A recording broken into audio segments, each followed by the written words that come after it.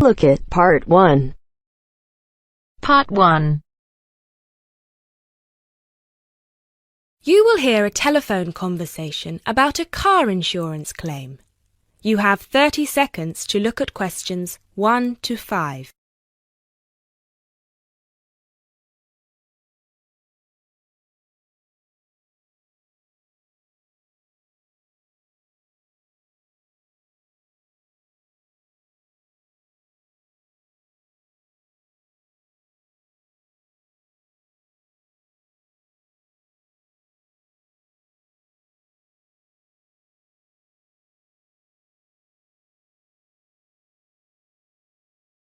Good afternoon. Watto Insurance. This is Janet speaking. How may I help you? Yes, hello. I would like to make a claim on my car insurance, please.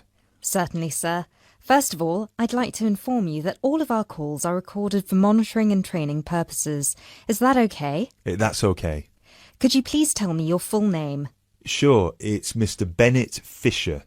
Okay, sorry, how do you spell your surname? It's spelled Fischer. Great, thank you. I see that you have taken out a third-party fire and theft premium with us on a 2013 light blue Volkswagen Passat. Is that okay? Yes, well, almost. The colour is not light blue, it's light green.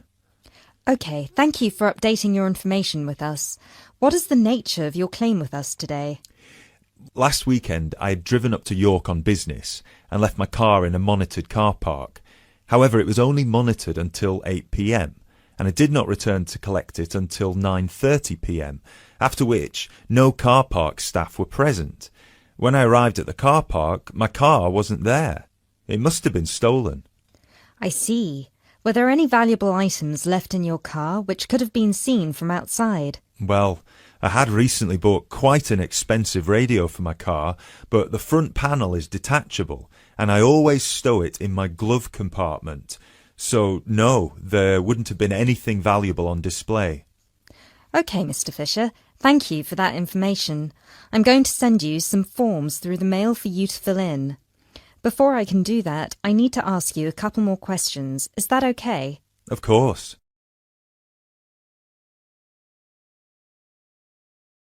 You now have 30 seconds to look at questions 6 to 10.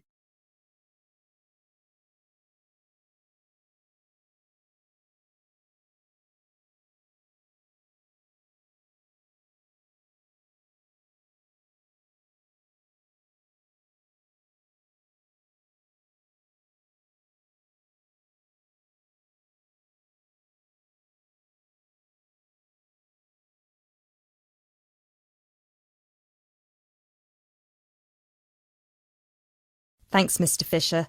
First of all, could you let me know your policy number, please? Of course. I have it right here. It's G34C245. G34C245. Thanks. And the type of claim? Shall we say stolen car? Yes, the car was definitely stolen. I reported it to the police immediately. I actually have the report number here if that's of any use. No, not right now. But keep hold of that as we will need to see a copy of the police report eventually. Which police station did you report the offence at? York Police Station. Was it your first time in York? No, but it was the first time I'd driven there. I usually take the train. Were you aware that the car park was only manned until 8 p.m? No, I was not aware of that. Were there any signs put up on the premises that informed car owners of the risks of leaving their cars after normal operating hours? Yes, but they said the car park was going to be guarded until 10 p.m, at which point the entrance is barred so no cars can come in or out. Was any reason given for that sudden change?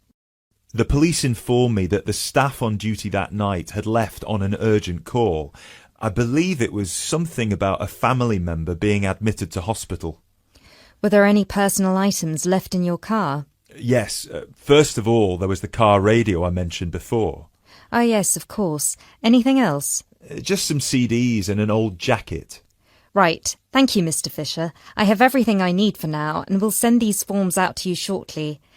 When you get them, please fill them out with as much information as you can, and where possible, include copies of any relevant documents to support your claim, such as police reports and registration details. Once you have returned that to us, we can then start to assess whether you will be eligible to receive compensation. Do you have any further questions for me today? No, that's all. Thanks for your help.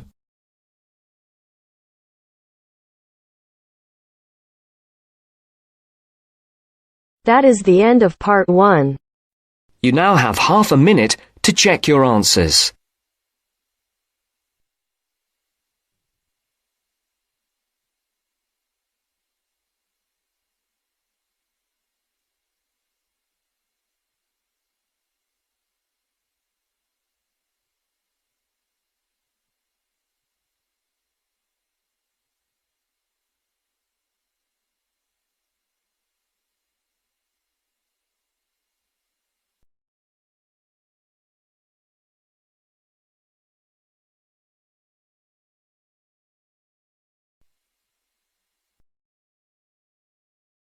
Now turns to part 2. Part 2. You will hear a talk about the history of a poetry award. You have 30 seconds to look at questions 11 to 15.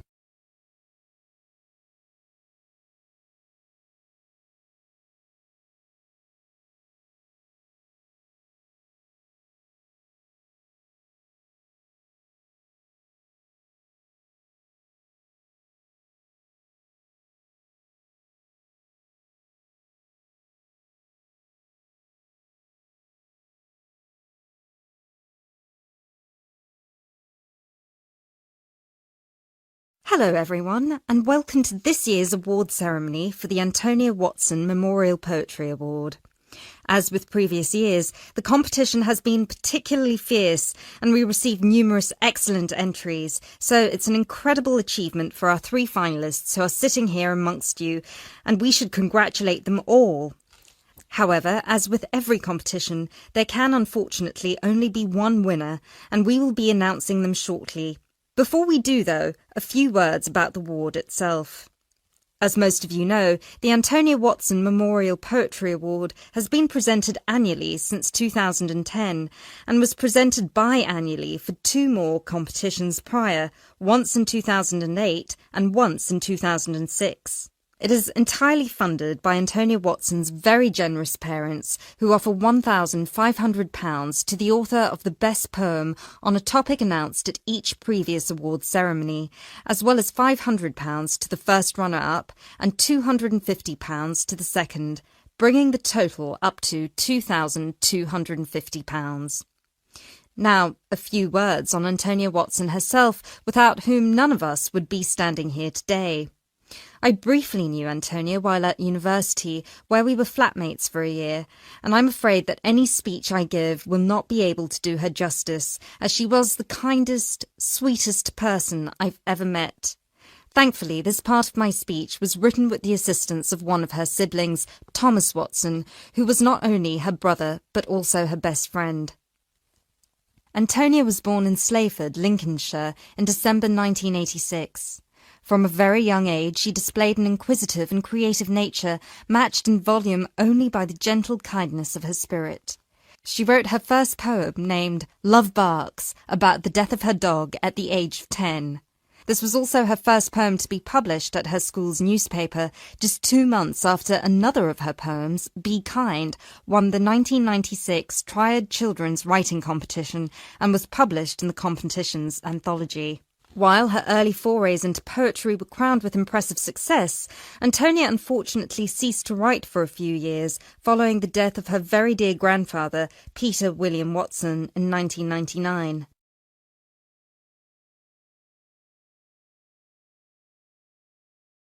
You now have 30 seconds to look at questions 16 to 20.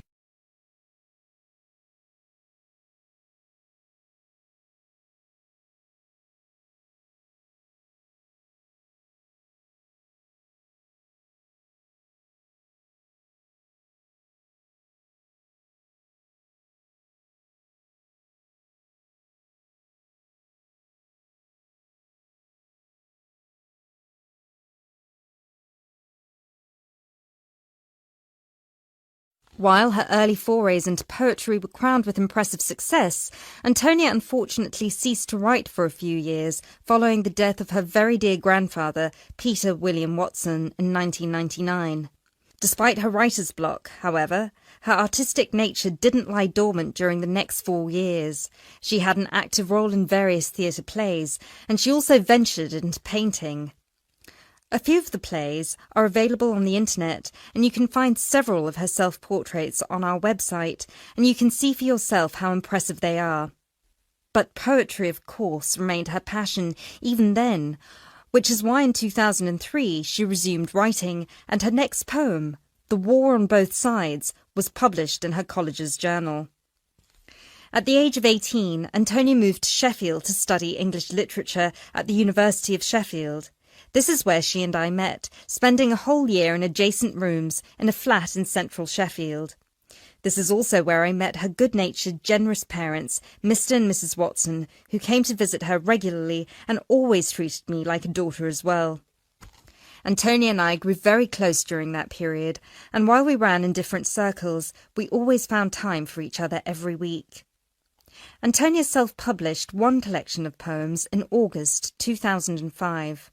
It was named Burning Stars, after the poem on page 16, which is also the date of her birthday. It was an immediate success amongst her peers at the University of Sheffield, and it was so cherished by her English literature classmates specifically that it had attracted the attention of one of her lecturers, who put her in touch with a literary agent. She had been due to begin working on her second collection right before her tragic passing in a car accident just 5 days before her 19th birthday in December 2005.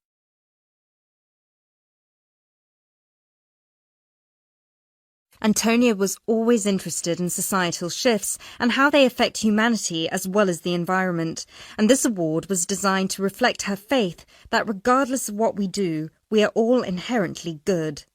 With this in mind, all of the topics this competition has dealt with have been about the potential and the positive side of humanity, such as this year's Young Love theme or last year's Inner Power theme. We've had poems about personal strength, about immigration, about gender equality and peaceful protest. And hopefully in 12 months, the poems we'll be awarding will be just as inspiring with the topic of poverty. I know Antonia would be really proud of what her parents and what all of you together have achieved. So, finally, let's get on with the actual award. As I said before, it's been a fierce competition this year, and with more than 5,000 entries, it was quite the task for our 3 judges to cut them down to just 3. But our 3 finalists definitely deserve to be here, and without further ado, I would like to... That is the end of part 2. You now have half a minute to check your answers.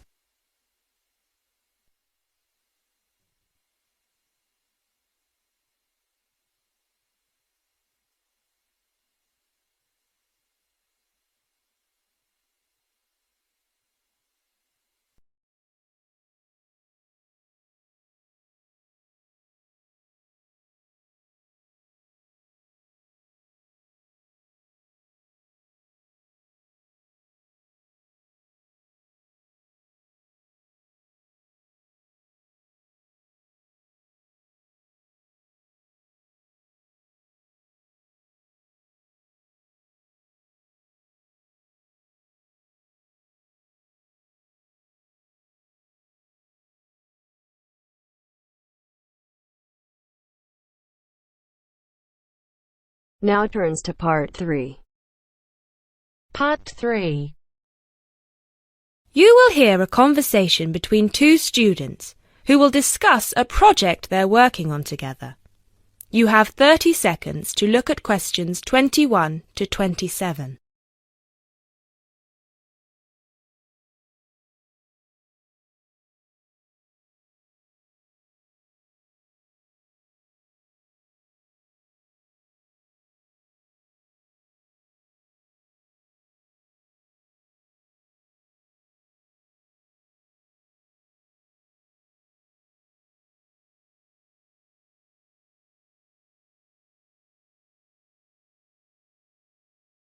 Hey, Jess. Glad you could make it.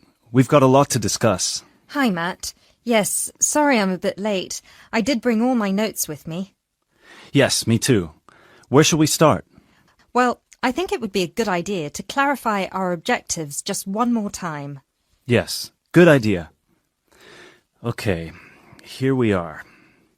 We need to record, photograph, and identify the plant species in 10 1-square-meter plots.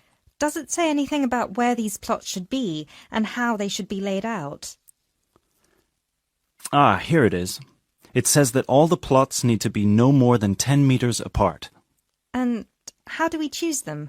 Ah, this is the fun part. I remember this. Here we are. Make a 1-meter square frame using bamboo sticks available from the department stores. Yes, we've already done that. I know, I'm just reading the whole section. Okay. One person stands roughly in the middle of the chosen area and throws the frame. The other person uses a tape to mark out the square where the frame landed and returns frame to thrower. The thrower then turns a few degrees on the spot and throws again. The thrower must turn slightly after each throw and vary the force of the throw until after the 10th throw they are pointing in almost the same direction as the first. That sounds a bit complicated. That's only because it's all in writing. It's just a simple throw, turn, throw, turn, throw, turn until we have 10 squares. And I guess you want to do the throwing. Well, if you don't mind. I'm sure you'll be more accurate at marking the squares. Yes, I am sure I am, and I'm sure you've got a stronger throwing arm.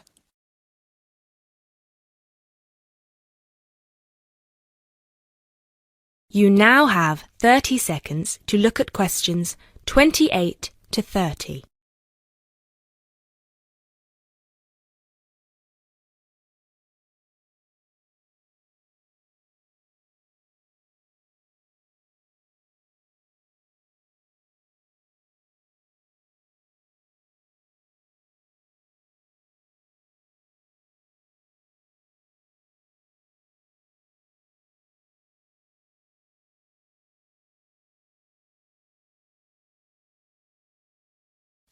Okay, good. We've got that sorted.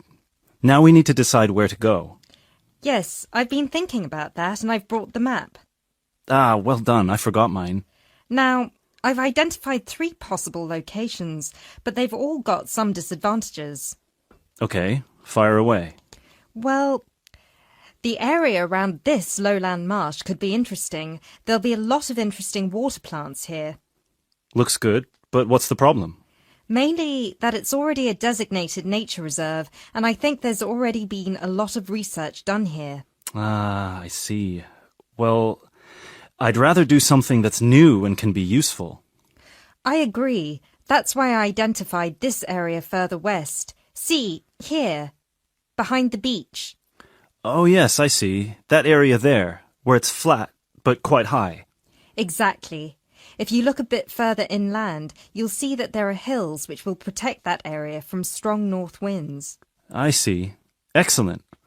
But what's the problem? Just that it may not be very interesting. We know that the geology there is not conducive to a wide variety of plants. I agree. So what's your last idea? Well, I think this one is a bit of a winner, although I did want to show you the other 2. Look up here, on the north coast. Where? See this bay? Well, I know that there's been quite a lot of studies done here, but a bit further to the east, behind this headland. No one has ever looked at that. Well, I certainly couldn't see any studies. That is interesting. And the plant life could be a bit different because of the shelter from the wind the headland provides. Exactly. Brilliant, Jessica. That's a great idea. We'll go there. Thanks. Now all we have to decide is when is a good time. Well...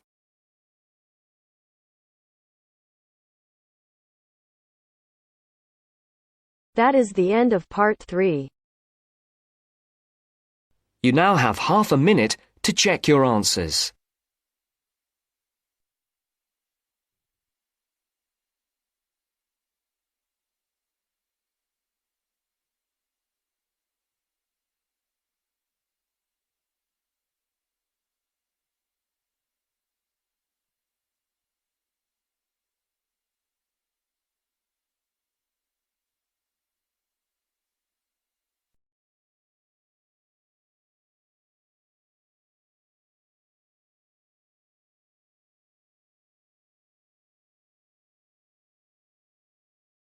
Now turns to Part 4.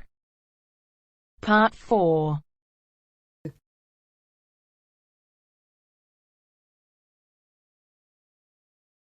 You'll hear a talk given by a foreign correspondent.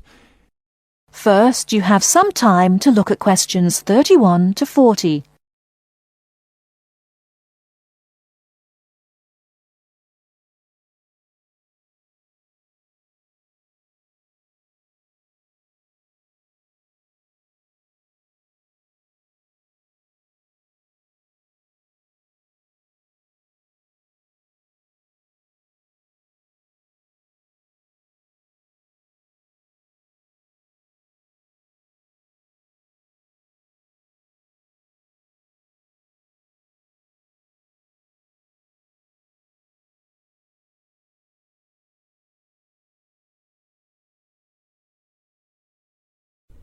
Now listen carefully and answer questions 31 to 40.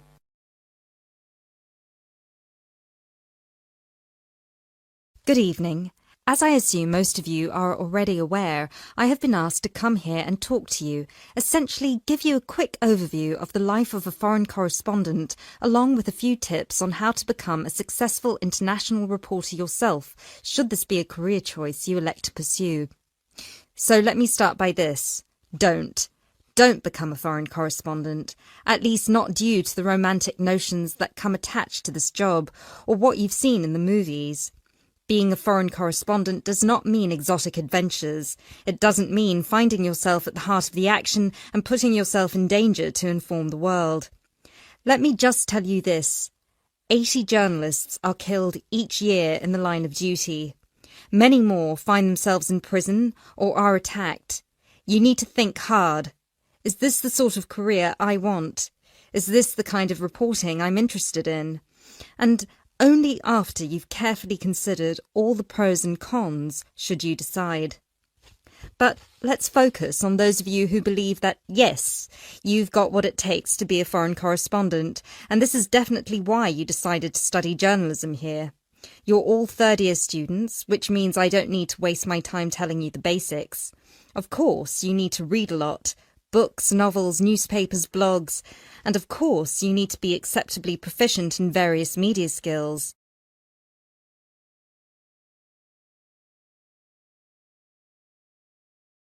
But what is it that's going to separate you from normal journalists and reporters? There are 4 things that'll make you different.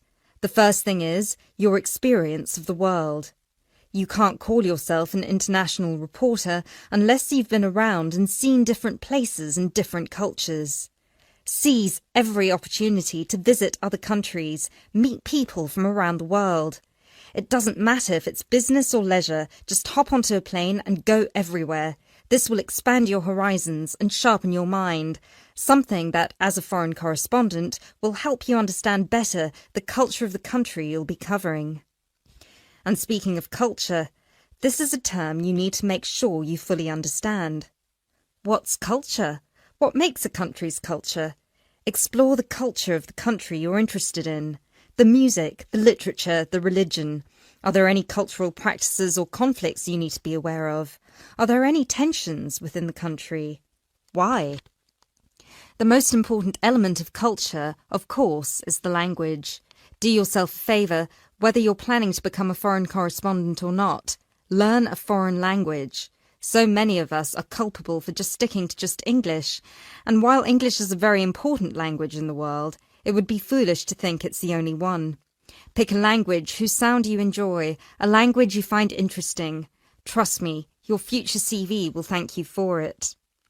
And finally, history. Don't expect to be given a job as a foreign correspondent if you don't know anything about your target country's history. No piece of news is disconnected from the past. The whole world tells a story, and your coverage will suffer if you attempt to arrive in the middle with no reference to or understanding of what came before. The hows and whys always lurk in the past. Seek them. The world of international journalism is changing, like every other industry, due to the internet. The arrival of globalization brought with it a whole new set of rules, and you'll do well to comprehend what they mean for you.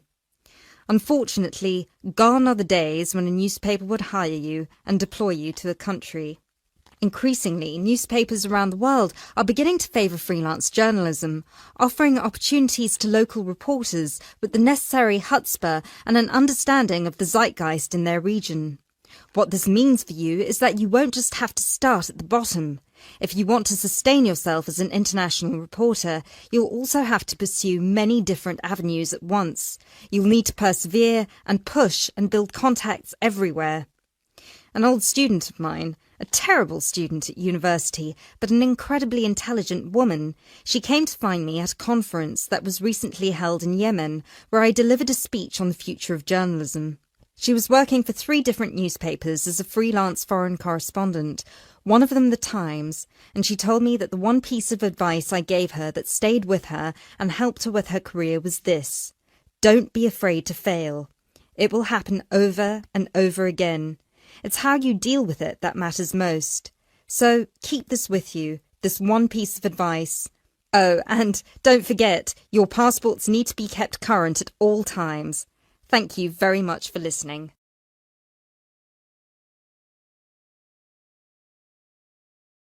That is the end of part 4.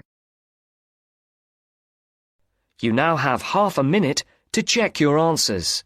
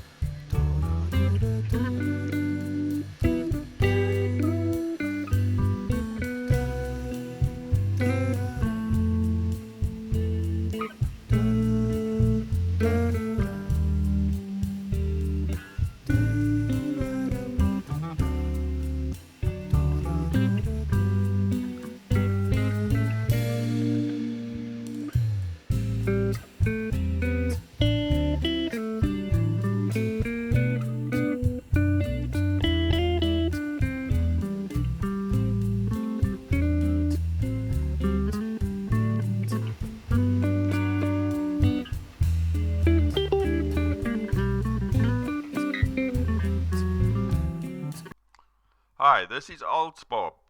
I would very much appreciate it if you could like, subscribe and share this video, as this will enable me to help more IELTS students reach their IELTS goals. Very much appreciated. Thank you.